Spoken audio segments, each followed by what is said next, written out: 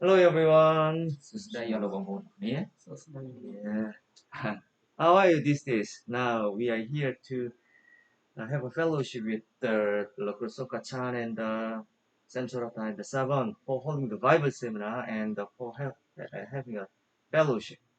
ហើយឥឡូវនេះតាបងប្អូនសុខទុក្ខយ៉ាងណាដែរសប្តាហ៍នេះហើយយើងឥឡូវនេះជាមួយនឹងគ្រូសុខាច័ន្ទគ្រូសិនសិនថាហើយដោយសារតែយើងបានធ្វើសិក្ខាសាលាបានចប់ Then you going to share it? Sam Sorata. គ្រូជំរាបសួរទីគួយទៅ ខ្ញុំបាទសែនសុរថាសូមជម្រាបសួរដល់បងប្អូនទាំងអស់គ្នាបាទសូមអរគុណ Yeah. ខ្ញុំបាទសុខាច័ន្ទសូមជម្រាបសួរបងប្អូនទាំងគ្នាបាទ ជំរាបសួរបងប្អូនទាំងគ្នាខ្ញុំគ្រូសិស្សផងដែរ 괜찮아. Now we will talk about the Christian's virtue, like from faithfulness to the endurance. អញ្ចឹងយើងនឹងជជែកទាក់ទងទៅនឹងជីវិតបែបគ្រីស្ទៀនដែលមិនទាន់បានជួបនៅឧបសគ្គរហូតដល់ដែលជួបនៅឧបសគ្គជាច្រើននៅក្នុងជីវិតបែបពីបរិស័ទ After getting the salvation, we should grow up as a mature Christian. អញ្ចឹងថាបន្ទាប់ពីដែលយើងទាំងអស់គ្នាបានទទួលសេចក្តីសង្គ្រោះហើយយើងត្រូវតែក្លាយទៅជាគ្រិស្តបរិស័ទដ៏រឹងមាំ So according to the Bible, we should bear the spiritual fruits. ដូច្នេះហើយបន្ទាប់ពីនៅក្នុងព្រះគម្ពីរបានប្រាប់យើងទាំងអស់គ្នាថាសូមឲ្យយើងទាំងអស់គ្នាបានបង្កើតផលផ្នែក So 2 Peter chapter 1 verse 5 to 9, there is a list of the kinds of the spiritual fruit. ដូច្នេះដែលទាក់ទងទៅនឹងនៅក្នុងព្រះគម្ពីរពេត្រុសនោះបានប្រាប់យើងទាំងអស់គ្នាថានិយាយអំពីការបង្កើតផលផ្លែជាច្រើននៅក្នុងខគម្ពីរ5 6 7នោះ Okay. Dr. Sokachan, one verse, and Dr. Samsonata, the other verse. And in turn, you can lead. អ្នកខ Okay. First, Dr. Sokachan. ហេតុនេះហើយអ្នករាល់គ្នាត្រូវខំប្រឹងឲ្យអស់ពីសមត្ថភាពដើម្បីបន្ថែមសេចក្តីល្អទៅលើជំនឿរបស់អ្នករាល់គ្នាហើយបន្ថែមការស្គាល់ព្រះជាម្ចាស់នៅលើសេចក្តីល្អនោះដូចបន្ថែមការ ខ7 មួយ ខ6បន្ថែមការគ្រប់គ្រងចិត្តលើការស្គាល់ព្រះអង្គម្ចាស់បន្ថែមការអត់ធ្មត់ទៅលើការគ្រប់គ្រងចិត្តបន្ថែមការគោរពកោតខ្លាចព្រះជាម្ចាស់ទៅលើការអត់ធ្មត់ Dr. Sokachan. បន្ថែមសេចក្តីស្រឡាញ់ជាបងប្អូនទៅលើការគោរពកោតខ្លាចព្រះជាម្ចាស់ហើយបន្ថែមសេចក្តីស្រឡាញ់ទៅលើសេចក្តីស្រឡាញ់ជាបងប្អូន បិទបើសេចក្តីទាំងនេះបានកើតឡើងនៅក្នុងអ្នករាល់គ្នាមិនធ្វើឲ្យអ្នករាល់គ្នាជាមនុស្សខ្ជិលច្រអូសឬគ្មានផលផ្លែនៅក្នុងការស្គាល់ព្រះយេស៊ូវគ្រីស្ទជាព្រះអង្គម្ចាស់របស់យើងឡើយ Verse 9 together. Verse 9 together. Oh, Boy, 3, 5. ព្រោះអ្នកណាដែលគ្មានសេចក្តីទាំងនេះអ្នកនោះជាមនុស្សខ្វាក់ ឬជាមនុស្សមើលមិនបានឆ្ងាយ ហើយភ្លេចថាព្រះជាម្ចាស់បានសម្អាតពួកគេឲ្យបានរួចពីបាបកាលពីមុនហើយ Amen. So in this verse, Bible shows we should bear the spiritual fruit after getting the salvation from the baby Christian to be a mature Christian. ដូច្នេះនេះខក្នុងព្រះគម្ពីរនេះបាននិយាយអំពីថាគ្រីស្ទបរិស័ទត្រូវតែបង្កើតផលផ្លែខាងឯវិញ្ញាណចាប់តាំងពីដែលយើងបានសង្គ្រោះថ្មីថ្មោងរហូតដល់យើងបានក្លាយទៅជាគ្រីស្ទបរិស័ទដ៏រឹងមាំ In English, it's called virtues as a God's character, Jesus Christ character. ដូច្នេះនៅក្នុងព្រះគម្ពីរក៏បាននិយាយថានោះហើយគឺជាពាក្យដែលយើងទាំងអស់គ្នាគឺមានអត្តចរិតរបស់ផងព្រះអង្គនៅក្នុងខ្លួនរបស់យើង The main purpose of getting the salvation is not merely going to the heaven, but also imitating Jesus Christ as a perfect man and perfect human. អញ្ចឹងន័យថាហេតុផលដែលយើងអស់គ្នាស្គាល់ព្រះអង្គមិនត្រឹមតែយើងអស់គ្នាទៅនគរឋានសួគ៌តែប៉ុណ្ណោះទេប៉ុន្តែដើម្បីឲ្យជីវិតយើងរាល់គ្នាជាគ្រីស្ទបរិស័ទនោះคล้ายទៅជាអត្តចរិតមួយដូចជាព្រះអង្គម្ចាស់ព្រះយេស៊ូវគ្រីស្ទផងដែរ Even though we got the salvation in our heart, there is a simple nature like a selfishness, arrogant mind, and a greedy mind, just like this. We should throw away that kind of thing. Instead of that, we should try to bear the spiritual fruit through the Holy Spirit power. អញ្ចឹងមានន័យថា បន្ទាប់ពីដែលយើងអស់គ្នាបានទទួលសេចក្តីសង្គ្រោះហើយយើងប៉ុន្តែយើងមាននិស្ស័យបាបនៅក្នុងជីវិតនៅក្នុងខ្លួនរបស់យើងទាំងអស់គ្នាប៉ុន្តែសូមឲ្យយើងទាំងអស់គ្នាបានទម្លាក់វាចោលបន្តិចម្ដងទម្លាក់វាចោលបន្តិចម្ដងហើយបន្តមកទៀតយើងបានបង្កើតផលផ្លែខាងអវិញ្ញាណដូចជាអត្តចរិតបន់ព្រះអង្គម្ចាស់ស្រីនៅក្នុងខ្លួនរបស់យើងរបស់គ្នាម្នាក់ If not, even though we can go to heaven, our salvation is just worthless because the main purpose of getting salvation not to let us go to heaven only, but to be God's perfect lover. អញ្ចឹងន័យថាជីវិតបែបដែលយើងអស់គ្នាបានទទួលសេចក្តីសង្គ្រោះមិនត្រឹមតែយើងទៅនគរឋានសួគ៌តែប៉ុណ្ណោះទេឲ្យយើងទាំងគ្នាចាំបានបង្កើតសេចក្តីស្រឡាញ់របស់ព្រះអង្គនៅក្នុងរូបកាយរបស់យើងដើម្បីជាទីបន្ទាល់ទៅកាន់អ្នកដទៃផ្សេងទៀត Amen. Amen. So let's talk about that kind of spiritual virtues. សូមឲ្យយើងទាំងគ្នានឹងតាក់ទងទៅនឹងការបង្កើតផលផ្លែផ្សេងៗនោះ First of all, we can say, pace. Our Christian's life should start from the pace. ដូច្នេះគឺជីវិតបែបគ្រីស្ទានរបស់យើងគួរតែចាប់ផ្ដើមមុនដំបូងគេគឺដោយសារសេចក្តីជំនឿ Based on existence of God and based on eternal salvation, based on living with the Holy Spirit. អញ្ចឹងន័យថាសេចក្តីជំនឿដែលតាក់ទងទៅនឹងការដែលព្រះអង្គយើងជឿថាព្រះអង្គពិតជាមានមែនសេចក្តីជំនឿដែលតាក់ទងទៅនឹងសេចក្តីសង្គ្រោះហើយសេចក្តីជំនឿដែលយើងទាំងអស់គ្នាគួរតែរស់នៅជាមួយនឹងព្រះជាម្ចាស់ So without that, having that kind of faith, like the proofs of God and eternal salvation and living with the Holy Spirit, is not a Christian. បើសិនមកអត់មានយើងថាយើងមានសេចក្តីជំនឿប៉ុន្តែយើងអត់មានការទាំងអស់នោះមិនមែនទេ So our Christian life should be based on faith on existence of God and eternal salvation of the Christ and living with the Holy Spirit. អញ្ចឹងថាសេចក្តីជំនឿរបស់យើងម្នាក់ៗគួរតែផ្ដោតទៅលើការអ្វីដែលយើងជឿថាព្រះអង្គពិតជាមានមែនហើយយើងជឿថាសេចក្តីសង្គ្រោះគឺសេចក្តីសង្គ្រោះដ៏អស្ចារ្យជានិច្ចហើយយើងជឿថាយើងនឹងរស់នៅជាមួយនឹងព្រះវិញ្ញាណបរិសុទ្ធដែលព្រះអង្គបានមានដាក់នៅក្នុងដួងចិត្តរបស់យើងរាល់គ្នា Amen. Amen. And one more thing is, verse 5 said, នៅក្នុងខទី5បានប្រាប់យើង after gaining the pace, we should gain the virtue. What does virtue mean? Virtue means kindness to all people. It's called the virtue. អញ្ចឹងថាបន្ទាប់ពីដែលយើងទាំងអស់គ្នាបានទទួលខំប្រឹងប្រែងក្នុងល្អឲ្យសេចក្តីជំនឿមកហើយនោះវិញបើលោកគ្រូបងប្អូនទាំងអស់គ្នានោះគឺគួរតែសូមឲ្យយើងទាំងអស់គ្នាបានដឹងអំពីការ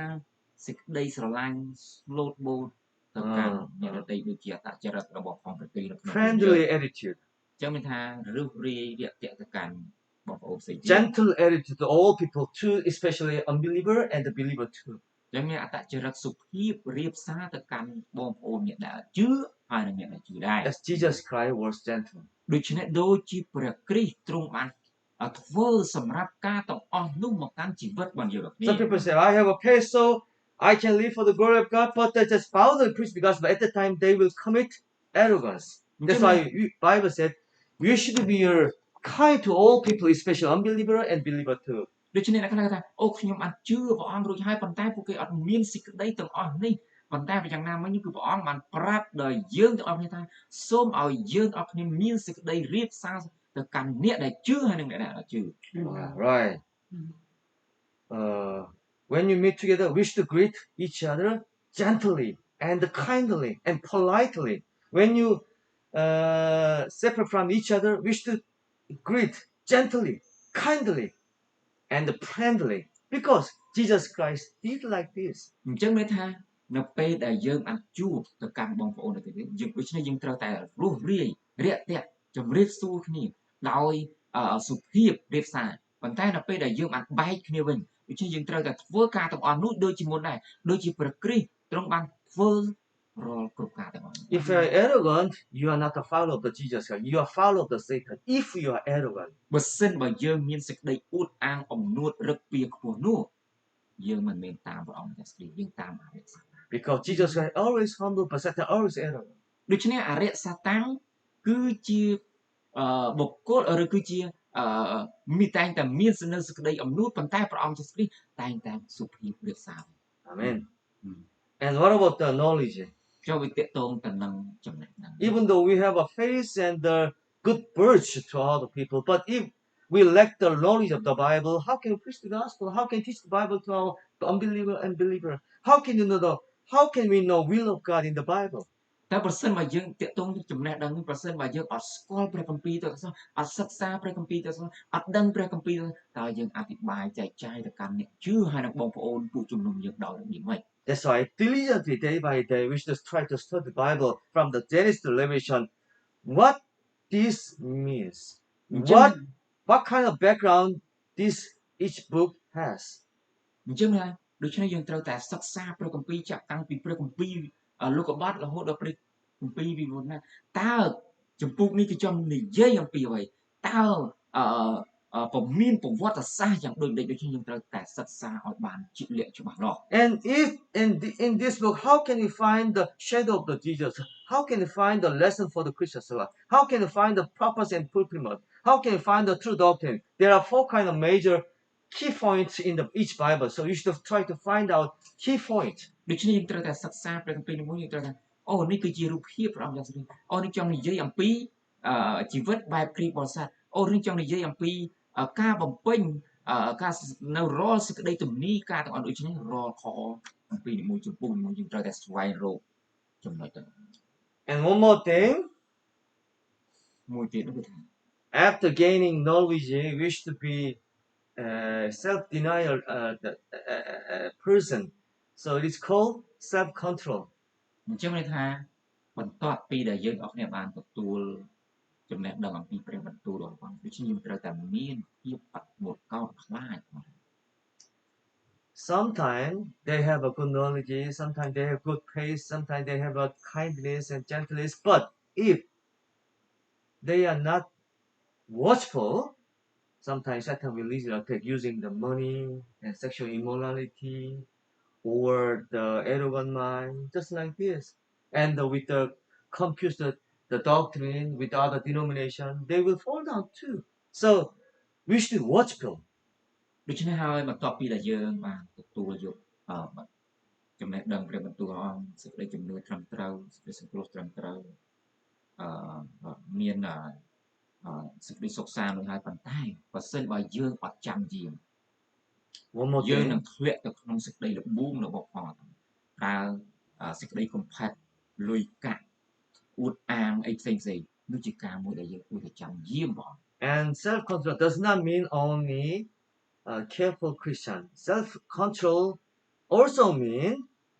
the devotion. We should control our money to offer God, to offer the money to God, and we should control our time. We should control our property. We should control our enthusiasm. We should control our everything, including my family too. អញ្ចឹងមានថាការគ្រប់គ្រងអារម្មណ៍មិនមានតែគ្រប់គ្រងអារម្មណ៍ការកំងទៅចាញ់លបួងនេះប៉ុន្តែយើងត្រូវតែគ្រប់គ្រងនៅក្រុមគ្រួសាររបស់យើងគ្រប់គ្រងនៅទ្រព្យសម្បត្តិរបស់យើងគ្រប់គ្រងនៅពេលវេលារបស់យើងកុំឲ្យខ្ជិលពេលវេលាហើយនឹងគ្រប់គ្រងនៅអពុជំនុំបងប្អូនយើងរបស់គ្នា Amen. And one more thing, Bible shows us steadfastness. Steadfastness is to stand firm before God. We cannot be shaken by the Satan's temptation and the worldly cultures and other things ដូច្នេះហើយយើងត្រូវ to the point of the Jesus Christ. ដូច្នេះយើងត្រូវតែឈរឲ្យមាំនៅចំពោះព្រះនេតរបស់ព្រះអង្គយើងត្រូវតែឈរឲ្យមាំកុំឲ្យយើងរបស់គ្នាបានធ្លាក់ទៅក្នុងសេចក្តីល្បួងរបស់ផងអរិយសត្វយើងត្រូវតែឈរសម្រាប់ព្រះគ្រីស្ទដែរ Steadfastness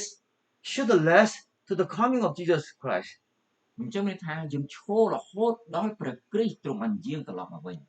Some pastor and some Christian, they got the salvation. They were overjoyed at that time. But as time passed, they are getting corrupt because they become a dull. They become a dull. They forget the grace of Jesus Christ and duty to preach the gospel. That's why they can be easily tempted by the corrupted word and the corrupted denomination អញ្ចឹងមានថាម៉េច and their laziness. គ្រីស្ទានខ្លះបានទទួលសេចក្តីសង្គ្រោះអំណងប៉ុន្តែបន្តមកទៀតគឺភ្លេចការគ្រប់គ្រង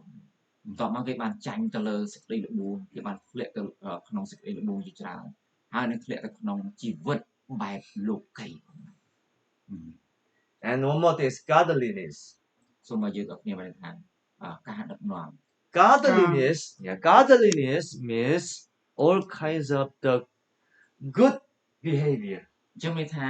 ដែលយើងទាំងគ្នាមានអត្តចរិតល្អដូចជាប្រតិបត្តិ Preaching gospel, ចែកចាយដំណឹងល្អ encouraging each other, លើកទឹកចិត្តបងប្អូនមួយចំនួនដែល serving God diligently, បម្រើព្រះអង្គដោយហ្មត់ចត់ offering money, ហើយយើងបកស្វែងដង្វាយទៅកាន់ព្រះអង្គ and trusting God only, ទុកចិត្តតែព្រះអង្គមួយពុទ្ធ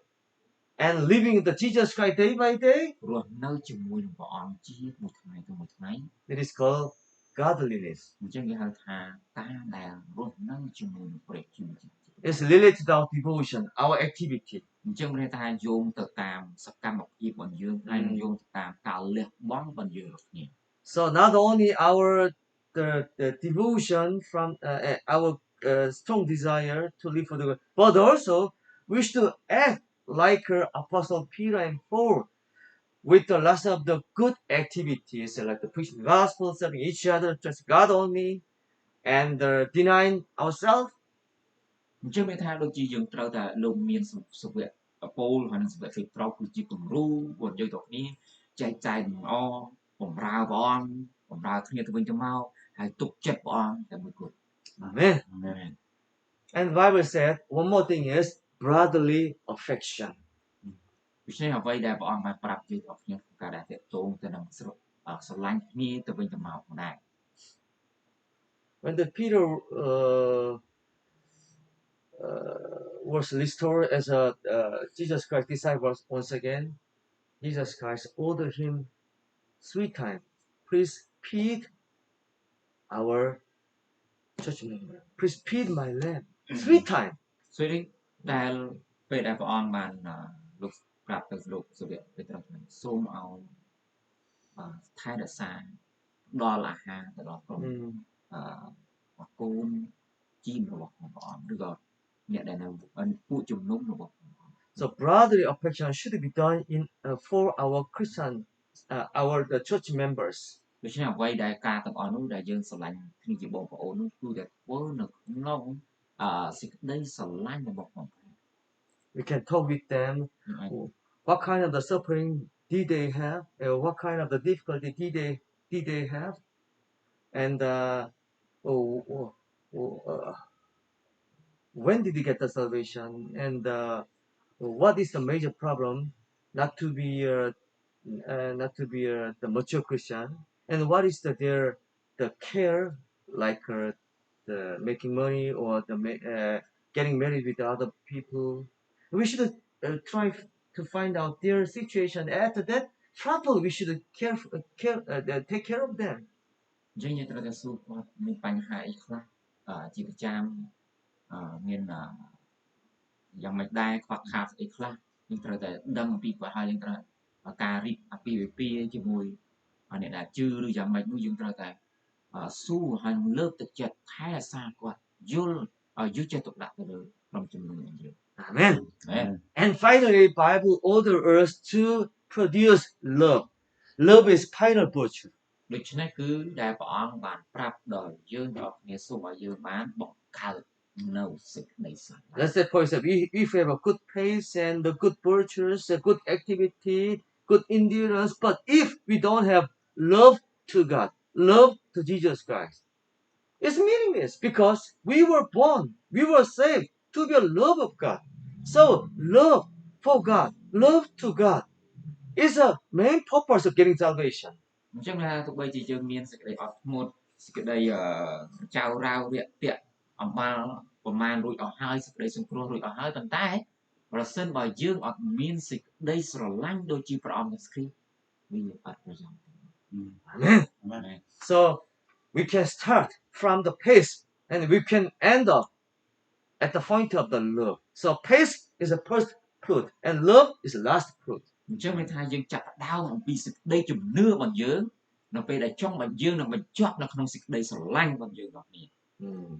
Without love, our salvation is meaningless. បើសិនយើងអត់មានសេចក្តីស្រឡាញ់សេចក្តីសង្គ្រោះរបស់យើងវាអត់ប្រយោជន៍តោះ